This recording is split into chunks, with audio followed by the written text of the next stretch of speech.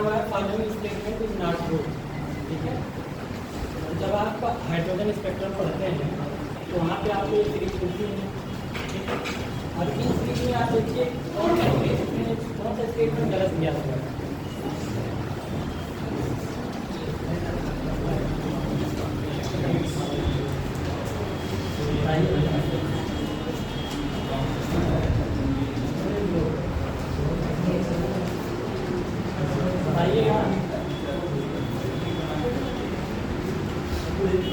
बताइए जब हम किसी इलेक्ट्रॉन, मान लीजिए कि यहाँ पे एक इलेक्ट्रॉन है, जब इसको हम एनर्जी देते हैं, ठीक है, जब हम इसको एनर्जी देते हैं तो ये कहाँ कहाँ जा सकता है, जितना एनर्जी ये एब्जॉर्ब करेगा उस हिसाब से वो अगले कक्षक में जाता है। जैसे मान लीजिए हमने क्या किया, यहाँ पे इसको एनर्जी दिया है, ठीक है। अब ये एनर्जी मान लीजिए कि अगर हमने मान लिया 70 किलो कैलोरी दिया है, ठीक है, 70 किलो कैलोरी, और इसने मान लिया एब्जॉर्ब कितना किया 20 किलो कैलोरी, तो यहाँ पर क्या होगा, ये कहाँ कहाँ तक जाएगा, ये 10 कैलोरी मान लीजिए कि यहाँ पे 10, अगर ये यहाँ पे जा रहा है, ठीक, ये यहाँ पे गया, यानी कि ये कितना कैलोरी यूज किया होगा 20 कैलोरी। 70 मैंने टोटल दिया और इसने एब्जॉर्ब कितना किया 20, तो यहाँ पे पहुँचा। अगर पूरा एब्जॉर्ब कर लेगा, अगर ये पूरा एब्जॉर्ब कर लेगा तो ये मैक्सिमम तक पहुँच जाएगा, ठीक है। और फिर वहाँ से क्या करता है, 10 की पावर -8 सेकेंड के अंदर ही ये क्या करता है, वापस आता है। ये 10 की पावर -8 सेकेंड को क्या करता है, उतने ही सेकेंड में ये वापस भी आ जाता है। तो ये जो एब्जॉर्ब किया और ये जो वापस आने की परिघटना को क्या कहेंगे हम, बताइए, ये कौन सी एनर्जी कहलाएगी, एब्जॉर्प्शन एनर्जी, ठीक है। और ये इमिशन एनर्जी, ठीक है, ये इमिशन कहलाता है और ये एब्जॉर्प्शन कहलाता है। अब देखिए अगर ये जैसे मान लीजिए हम यहाँ की स्ट्रक्चर बनाएं,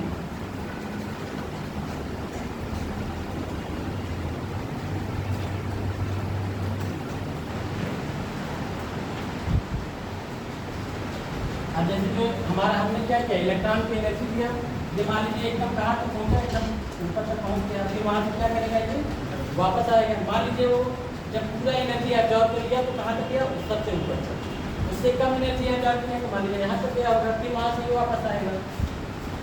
ऐसे ही जितना एनर्जी एब्जॉर्ब करेगा उस हिसाब से ये वापस आता है।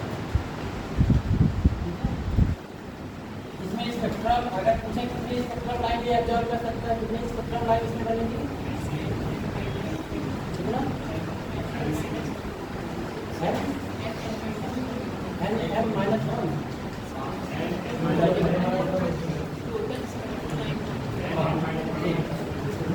तो ये स्पेक्ट्रम हमको प्राप्त करता है, इसको हम बोलते हैं लाइमन सीरीज, इसको बोलते हैं लाइमन सीरीज। लाइमन सीरीज में क्या होगा, जैसे अगर ये हम इसको देखें n = 1, n = 2, n = 3,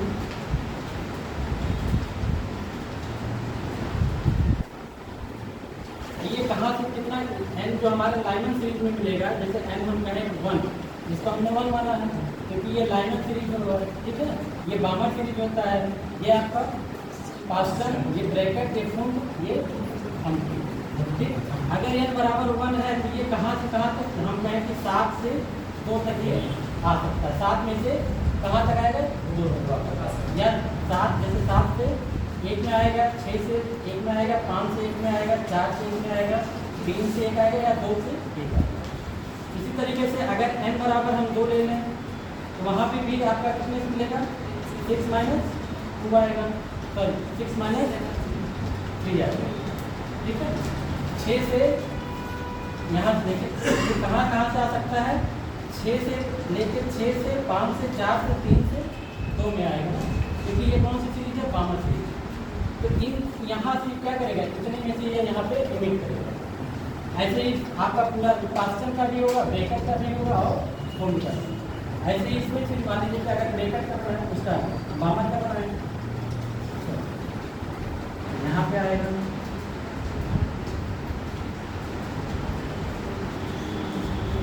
देखिए यहाँ से कहाँ कहाँ से आया, ये मान लीजिए कि ये अच्छा 7 to 3 7 से आया किसमें दूसरे में, छठे से आया दूसरे में, पाँचवें से आएगा, चौथे में से आएगा, दूसरे में से आएगा। ठीक है, ये हमारा कौन सा होता है, ये बामा सीरीज। ऐसे ही आपका अगर जो है 7 से आएगा किसमें 3 में आएगा, ठीक है, तो आपका पास्टन होगा, फिर ब्रैकेट होगा, फिर फुल होगा। ये जो आपकी सीरीज मिलते हैं, जैसे कि मान लीजिए कि आपका लाइनमैन सीरीज है, ठीक, ये आपका यूवी रीजन में मिलता है, ठीक है, अल्ट्रा वायलेट रीजन। तो बामा सीरीज होता है वो विजिबल रीजन में होता है। उसके बाद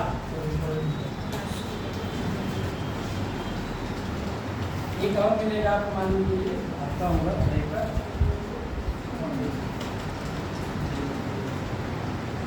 और एक मिलता है, ठीक है। ये आपका जो लाइनमैन सीरीज होता है वो अल्ट्रा वायलेट रीजन में मिलता है।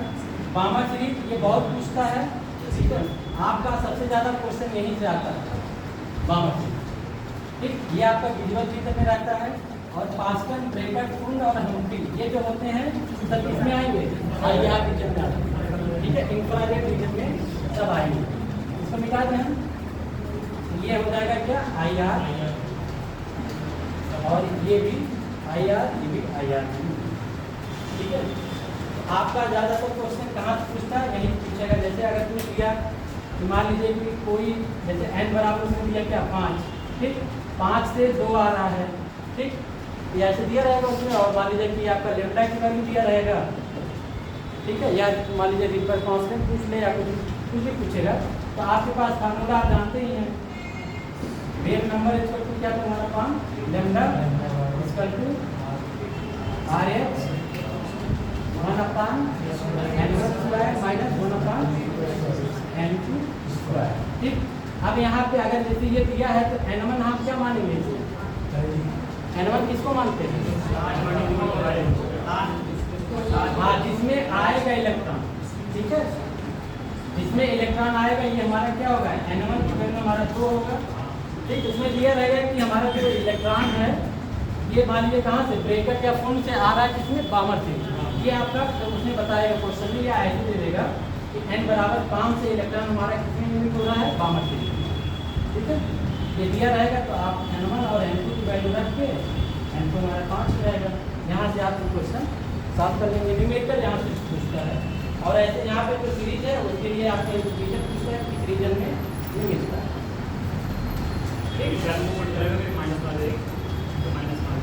हाँ जो भी हो इसमें जैसे आएगा तो वैल्यू आएगा, यहाँ पे स्क्वायर है ना, और ये वैल्यू जो है माइनस में जो भी होगा माइनस या प्लस जो भी रहेगा उसके हिसाब से दिया रहेगा। लेमडा की वैल्यू दिया रहेगा, या वेव नंबर पूछेगा, या लेमडा की वैल्यू दिया रहेगा, या फिर मान लीजिए n2 पूछ लिया। कभी कभी ये भी रहता है ना कि ये कहेगा कि ये बताएगा नहीं कि ये कहाँ से आ रहा है, बस दे देगा कि कहाँ से आ रहा है, n2 में आ रहा है, ठीक। उस हिसाब से आपका लेमडा दिया रहेगा, और आपका लिमिट कांस्टेंट पता ही है, n2 पूछ लेगा, आपको सब पता है, उसमें आप वैल्यू रख के लिमिट कांस्टेंट की वैल्यू क्या होती है, सेंटीमीटर, ये वैल्यू इसकी होती है लिमिट कांस्टेंट। वहाँ से आपका कुछ भी पूछ सकता है कि नहीं तो क्या होगा, ये भी अगर नहीं दिया है तो ये पूछ सकता है, अगर दिया है तो हो सकता है कि लेमडा की वैल्यू पूछ ले। अगर मान लीजिए लेमडा भी अगर नहीं, अगर यहाँ से ये वेव नंबर है जिसको हम वेव नंबर बोलते हैं, वेव नंबर, ठीक, यहाँ से लेमडा या फिर जो रिपर कांस्टेंट तो आपका वैल्यू दिया ही रहता है। तो यहाँ से एक दो तीन क्वेश्चन पूछता है, इसमें कहाँ से क्या होगा क्या नहीं, ठीक है। इसमें आपका जो वाला दिया था किसमें विजुअल में दिया था, ये आपका आईआर होगा, ये चारों नीचे आईआर में होते हैं। बामा सीरीज आपका विजुअल में होता है, और लाइनर अल्ट्रा वायलेट। तो क्वेश्चन बहुत पूछता है, यही क्वेश्चन पूछता है इस रीजन में।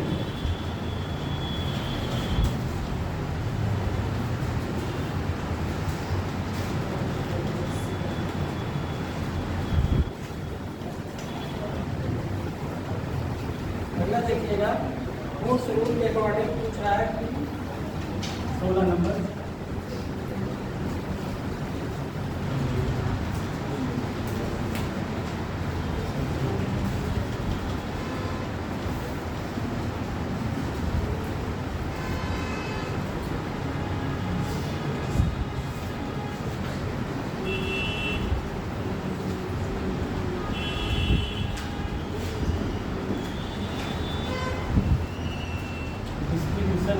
इलेक्ट्रॉन।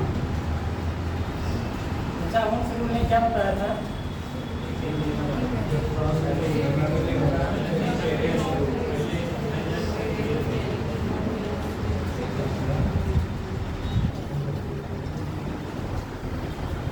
ऑर्बिटल और ऑर्बिट में अंतर बताइए, डिफरेंस क्या होता है ऑर्बिटल और ऑर्बिट? ऑर्बिटल और ऑर्बिट में अंतर क्या होता है, डिफरेंस?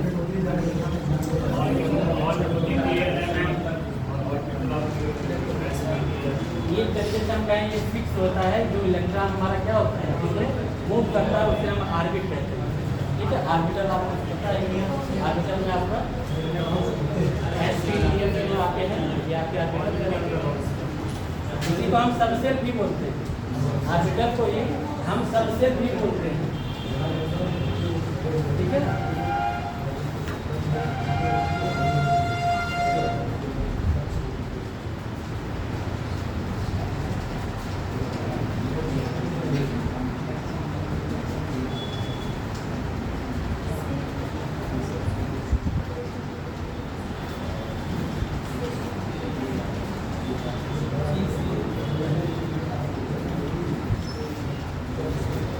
होम्स ने क्या बताया था कि होम्स ने क्या बताया था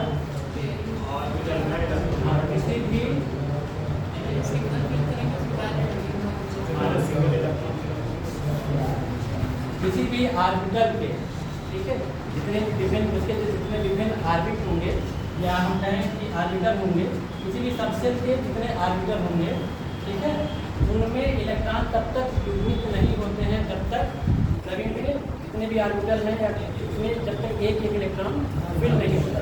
जैसे अगर मान लीजिए कि हम इसकी बात करें ऑर्बिटल की, ठीक, इसमें इलेक्ट्रॉन हमको भरना, मान लीजिए कि हमको P4 भरना है, ठीक है, हम पहले क्या करेंगे, पहले एक एक इलेक्ट्रॉन सब में भरेंगे, उसके बाद फिर हम चौथा इलेक्ट्रॉन भरेंगे।